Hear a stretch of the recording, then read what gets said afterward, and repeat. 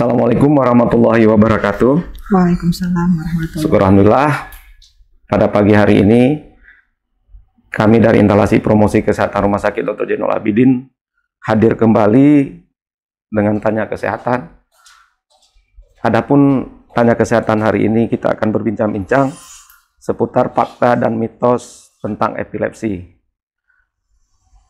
Baik, saya dengan Suparman Lisda, pembawa acara pada hari ini, akan berbincang-bincang dengan pemateri kita, yaitu Dr. Nova Dian Lestari, spesialis saraf, konsultan epilepsi. Assalamualaikum, dokter. Waalaikumsalam, Pak. Ya, berbicara tentang epilepsi, tanggapan dari masyarakat saat ini memang berbagai macam tanggapan miris tentang epilepsi. Itu ada yang mengatakan bahwa itu penyebabnya dari setan atau roh jahat, sehingga terjadinya kejang yang dikatakan dengan istilahnya epilepsi. Namun hari ini kita ingin lihat dari sudut pandang kesehatan bahwa yang sebenarnya apa itu epilepsi itu, dokter. Ya, baik, terima kasih, Pak. Memang selama ini masih banyak ya pandangan yang keliru ya tentang epilepsi di masyarakat kita. Mungkin tidak hanya di masyarakat kita, di negara-negara maju saja mungkin masih kurang. Apalagi negara berkembang seperti negara kita, masih banyak mitos tentang epilepsi. Jadi kebanyakan masyarakat kalau ada keluarganya yang menderita epilepsi, dianggap ini bukan sakit dokter gitu. Jadi lebih dulu dibawa ke tempat-tempat pengobatan lain, misalnya pengobatan apa ya, ke dukun atau ke dirajah lah istilahnya gitu ya. Jadi mereka menganggap ini bukan penyakit rumah sakit, jadi dibawa ke tempat-tempat orang yang dianggap inilah dulu anggap orang pintar gitu. Jadi sebenarnya epilepsi ini merupakan suatu penyakit yang disebabkan oleh muatan listrik yang abnormal yang berlebihan di otak. Normalnya kan di otak kita memang ada muatan listrik, tapi intensitasnya normal, sehingga kita bisa bekerja sehari-hari, beraktivitas sehari-hari seperti biasa ya. Namun pada pasien epilepsi, pada saat-saat tertentu dia timbul bangkitan. Bangkitan itu timbul pada saat muatan listriknya melonjak pada saat itu. Jadi bangkitan epilepsi itu sendiri memang yang banyak dikenal di masyarakat yang kejang. Jadi itu sebenarnya bangkitan yang motorik. Sebenarnya tidak hanya bangkitan kejang yang merupakan epilepsi. Bisa dia motorik seperti yang kejang, bisa ada sensorik. Sensorik itu seperti ada kebas sesaat kemudian hilang. Bisa juga yang otonom, kayak tiba-tiba kayak keringetan, kayak ketakutan. Bisa psikiatrik gitu ya, perubahan perilaku seperti orang ada gangguan jiwa, tapi hanya sesaat. Setelah itu dia normal kembali seperti orang biasa.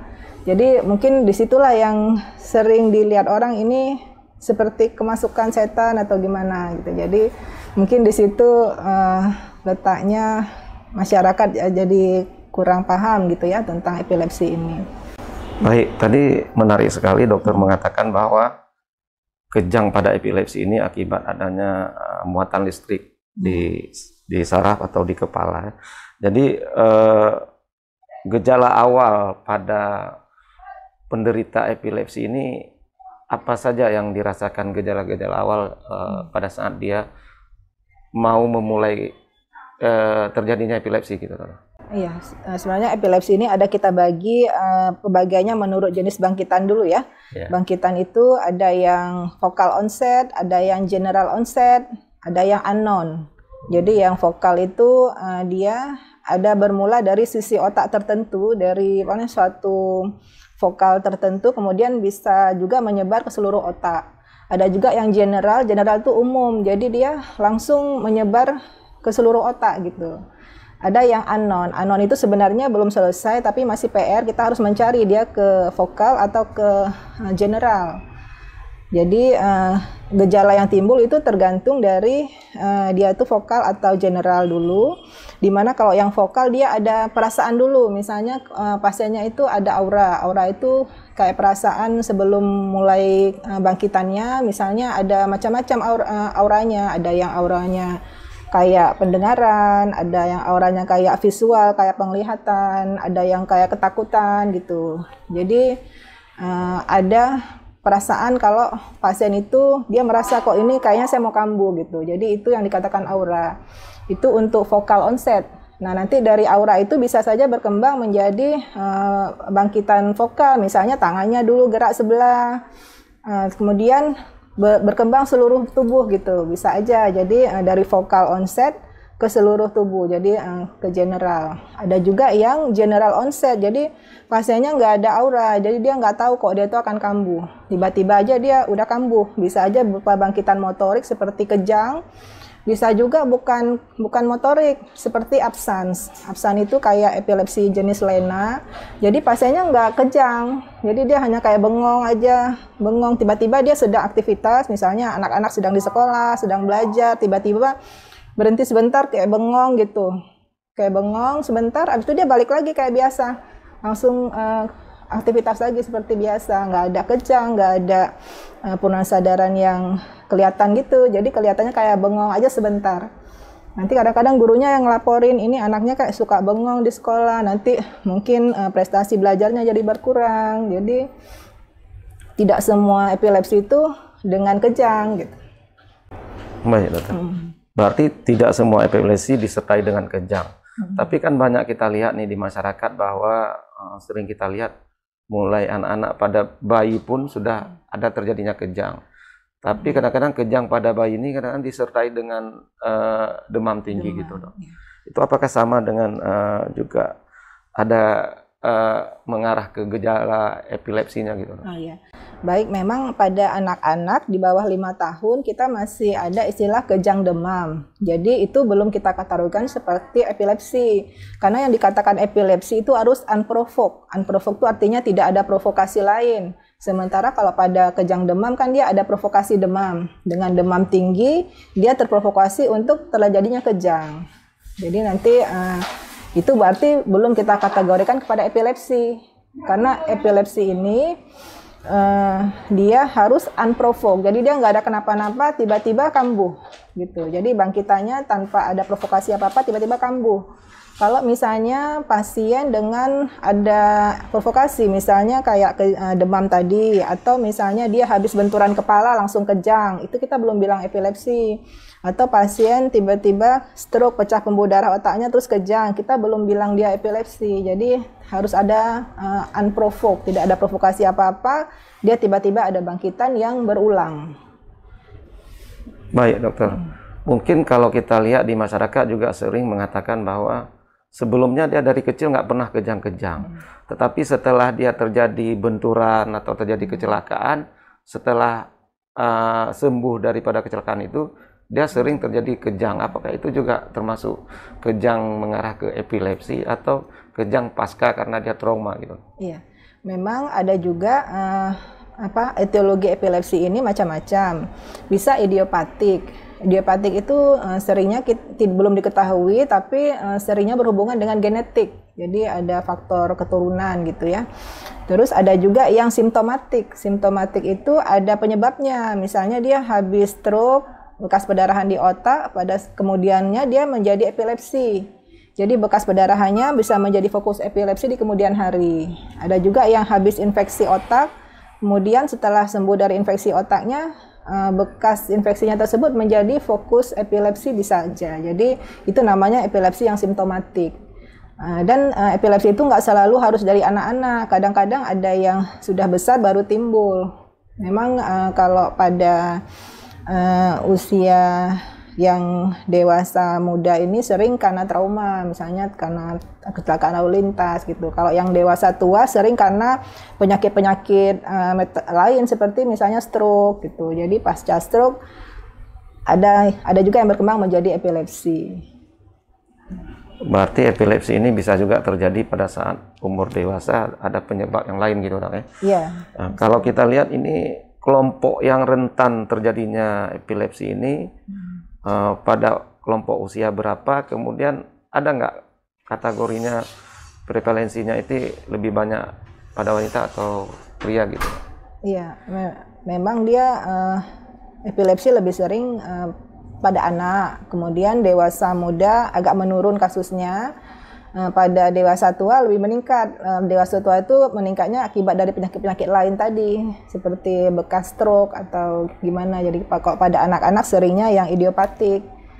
Jadi memang ada, atau bisa juga karena pada saat kelahirannya ada masalah, misalnya tidak langsung menangis atau kurang oksigen pada saat dia lahir, mungkin tidak persalinannya tidak lancar gitu, ada sempat dia hipoksia gitu, otaknya kurang oksigen gitu. Jadi itu bisa pengaruh juga untuk terjadinya gangguan pada otaknya yang mungkin bisa mengakibatkan epilepsi di kemudian harinya. Tapi bisa juga ya ada pengaruh genetik, tapi genetik itu juga enggak selalu orang tuanya epilepsi, anaknya pasti epilepsi. Cuma ada beberapa faktor dari genetik.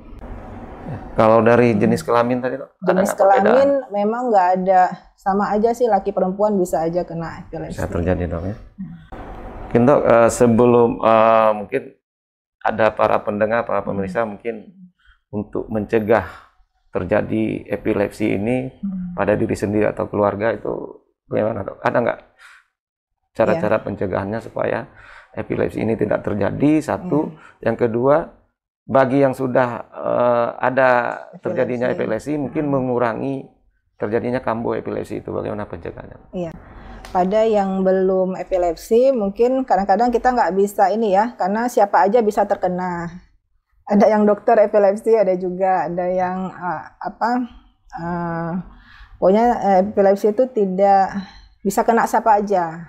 Ya, tapi kita untuk yang kasusnya lebih tinggi pada kasus-kasus yang misalnya nutrisinya kurang, misalnya dari kecil antenatalnya kurang, misalnya ada terkena infeksi pada saat dia hamil, jadi itu resiko untuk gangguan otaknya lebih besar. Jadi mungkin dengan menjaga kesehatan dari awal pada saat ibu hamil, ya antenatal yang baik, nutrisi yang baik, waktu saat kelahirannya juga usahakan yang lancar gitu, jangan ada penyulit kelahiran.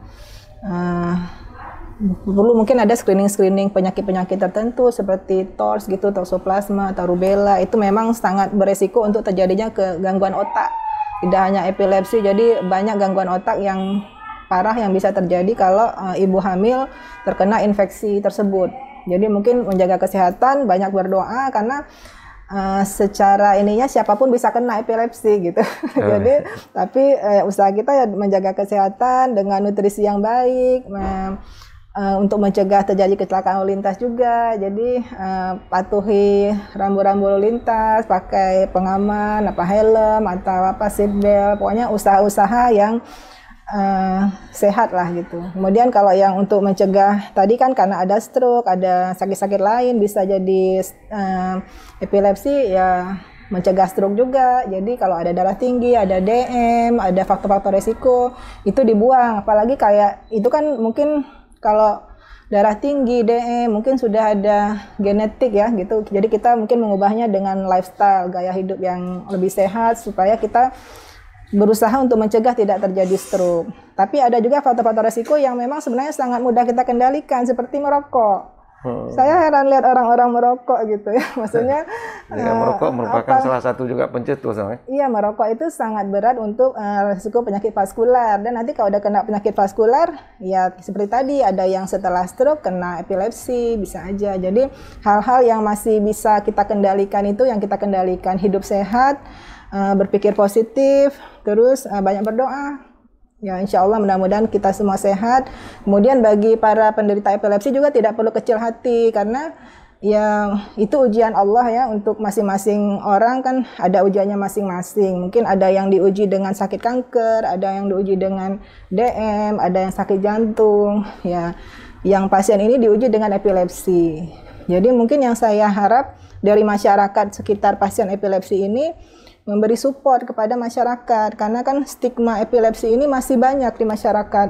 Jadi seolah-olah pasien ini terkucil gitu, mau kerja susah, jadi mau menikah juga nggak ada yang mau gitu. Jadi stigmanya ini masih banyak di masyarakat, yang kita selalu dengung-dengungkan untuk awareness untuk pasien-pasien epilepsi ini, supaya dari lingkungan sekitarnya itu jangan mengucilkan, support mereka, karena mereka juga bisa berprestasi, bisa juga bekerja. Jadi di luar bangkitannya itu mereka normal, sama seperti kita semua. Dia bisa bekerja juga, tentu memang pekerjaan-pekerjaan tertentu. Dia nggak mungkin jadi pilot kalau epilepsi. Jadi ada pekerjaan-pekerjaan yang mereka masih bisa, misalnya menjadi bekerja di kantor atau masih bisa. Jadi jangan sama sekali diblok mereka nggak bisa bekerja gitu, karena mereka juga tidak keinginan mereka menjadi pasien epilepsi. Support masyarakat, karena mereka juga banyak yang pintar gitu, banyak juga yang punya bakat, yang bisa berprestasi gitu. Jadi mungkin itu yang kita harapkan dari masyarakat, dukungan kepada penderita ini, supaya dia sakit ini kan lumayan berat ya, karena lama kita harus minum obat terus-terusan. Ya paling kurang ada yang bisa terkontrol 3 tahun minum obat tanpa bangkitan, mungkin bisa kita turunkan obat. Tapi ada juga yang minum obat terus-terusan, tapi tidak usah kecil hati, karena penyakit-penyakit lain juga ada yang minum obat juga terus-terusan gitu kan, terkontrol dengan obat gitu. Jadi bagi penderita epilepsi jangan kecil hati. Banyak pasien epilepsi yang punya prestasi gitu, jadi mereka juga bisa berkarya. Baik dokter, berarti dari penjelasan dokter tadi memang pencegahannya mulai dari nutrisi, kemudian menjaga kesehatan, baik itu dari mulai bayi dalam kandungan juga dijaga oleh ibunya, dan juga pada usia muda dan usia menjelang tua juga harus kita menjaga kesehatan, supaya faktor risiko terjadinya epilepsi ini bisa dikurangi. Mungkin dokter terkait dengan mitos yang ada di masyarakat ini, untuk supaya mitos itu berubah menjadi bahwa itu bukan lagi pandangan masyarakat, itu bukan mitos, itu ada nggak tip-tipnya yang harus kita sampaikan kepada pendengar atau masyarakat kita yang nanti akan mendengar ini perbincangan tentang epilepsi ini, dok? Ya, mungkin itulah yang kita sering pada hari-hari epilepsi, pada hari-hari biasa juga saya selalu berusaha memberi edukasi gitu kepada masyarakat, kepada pasien, keluarga-keluarga pasien.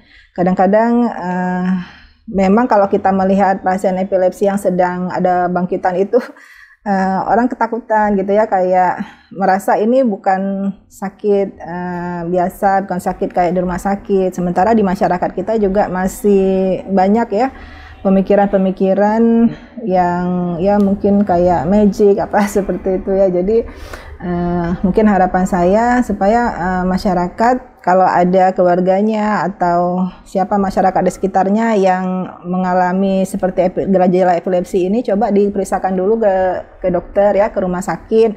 Kita ada beberapa pemeriksaan penunjang seperti EEG, seperti CT scan, karena kita harus menginikan dulu penyebab-penyebab organiknya. Jadi kalau berdoa, tentu kita selalu berdoa. Memang Allah yang menyembuhkan, kita berusaha gitu kan. Cuma mungkin yang saya harapkan masyarakat supaya dibawa dulu pasiennya ke dokter, diperiksa. Ya doa, tetap kita doa gitu. Baik dokter, mungkin dari gejala dan bagaimana kambuhnya daripada epilepsi ini, tentu bagi masyarakat yang memang ada keluarganya yang menderita epilepsi sangat mungkin agak khawatir, dokter. Mungkin tadi dokter sudah menjelaskan bahwa kita bisa bawa ke rumah sakit.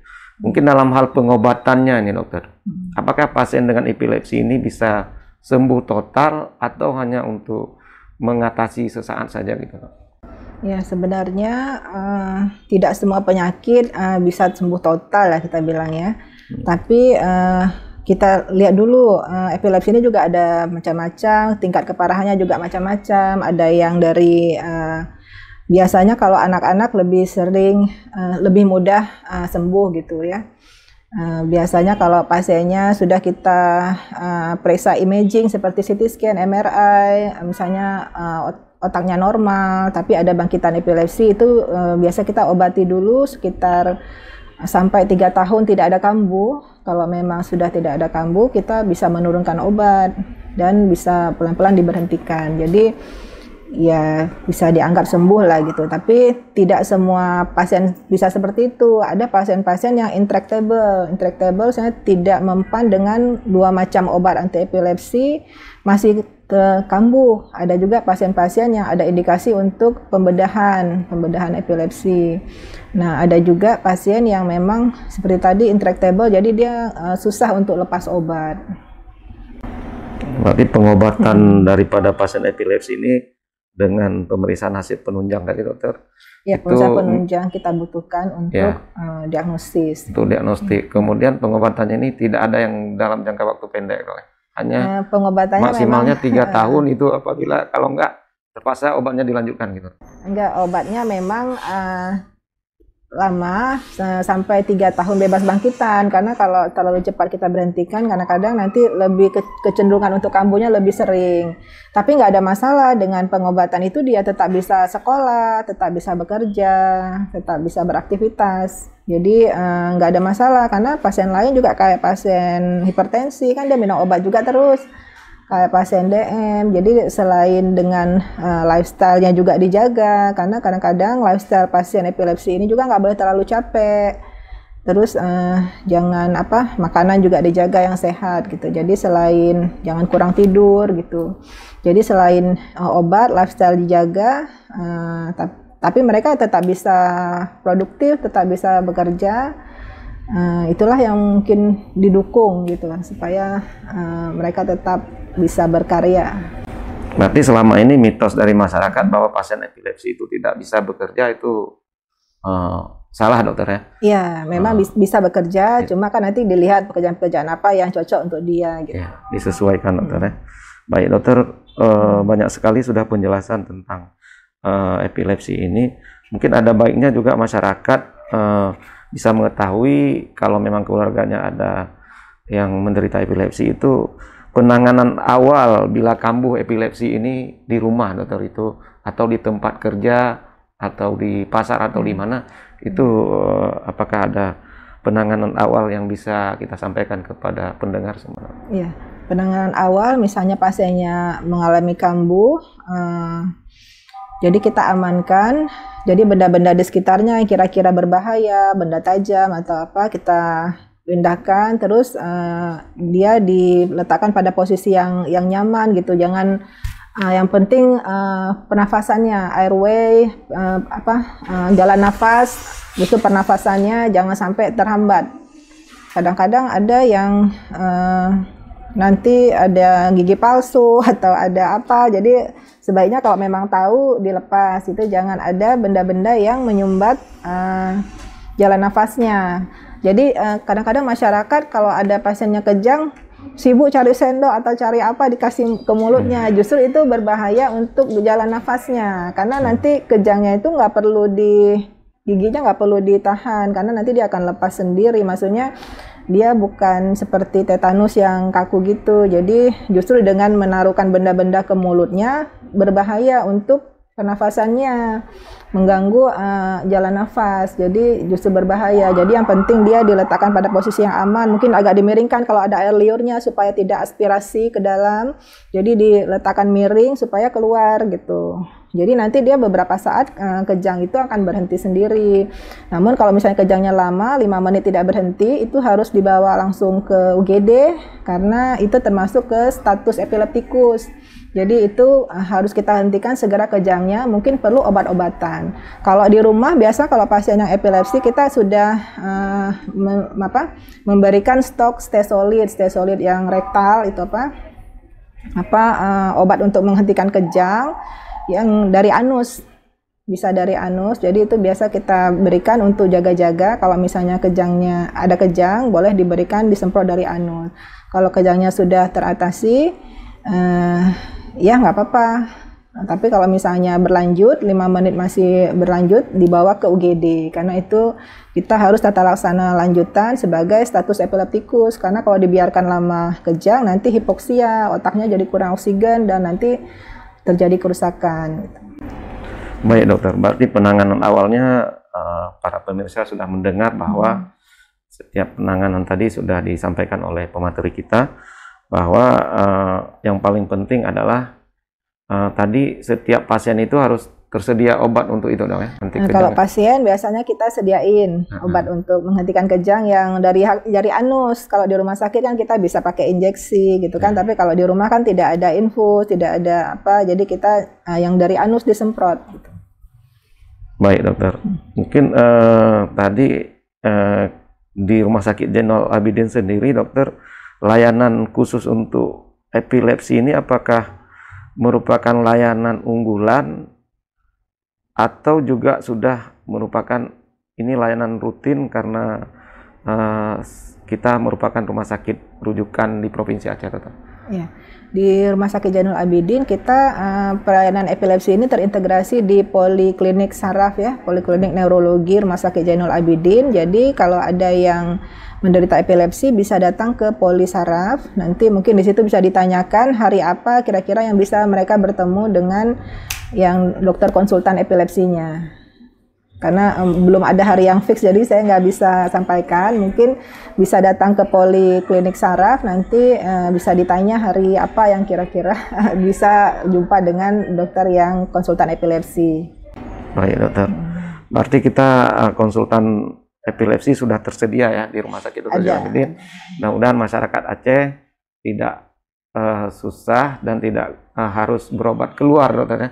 Karena di tempat kita juga sudah ada konsultan untuk khusus epilepsi. Iya, terus obat-obat anti epilepsi ini juga ditanggung oleh pemerintah di program BPJS gitu. Jadi tidak usah khawatir, obat-obat untuk epilepsi itu kita bisa resepkan untuk sebulan. Jadi masyarakat cukup datang sebulan sekali dan mengambil obat dan bisa ditanggung oleh pemerintah. Jadi oleh BPJS ya. Jadi tidak memberatkan saya rasa. Ya, baik, dukungan dari pemerintah pun sudah memberikan kemudahan bagi masyarakat yang mungkin tinggalnya agak jauh dari Banda Aceh, mungkin nanti bisa diresepkan untuk 1 bulan sekali untuk obatnya dong ya, obatnya bisa diberikan untuk 1 bulan sekali. Jadi kadang ini kan pasien kalau yang epilepsi misalnya dari daerah, dia dikirim dulu ke sini, kita periksa dulu EEG-nya, kita periksa MRI atau brain CT scan, kita tegakkan dulu diagnosisnya, kita cocokkan obatnya. Nah bila obatnya sudah cocok, nanti dia bisa melanjutkan di daerahnya. Misalnya dia di kabupaten lain kan repot kalau harus ke Zainul Abidin terus, jadi nanti kita bisa rujukan balik, nanti dia tinggal melanjutkan obatnya yang sudah cocok tersebut di kabupaten. Jadi tidak harus ke Zainul Abidin terus gitu.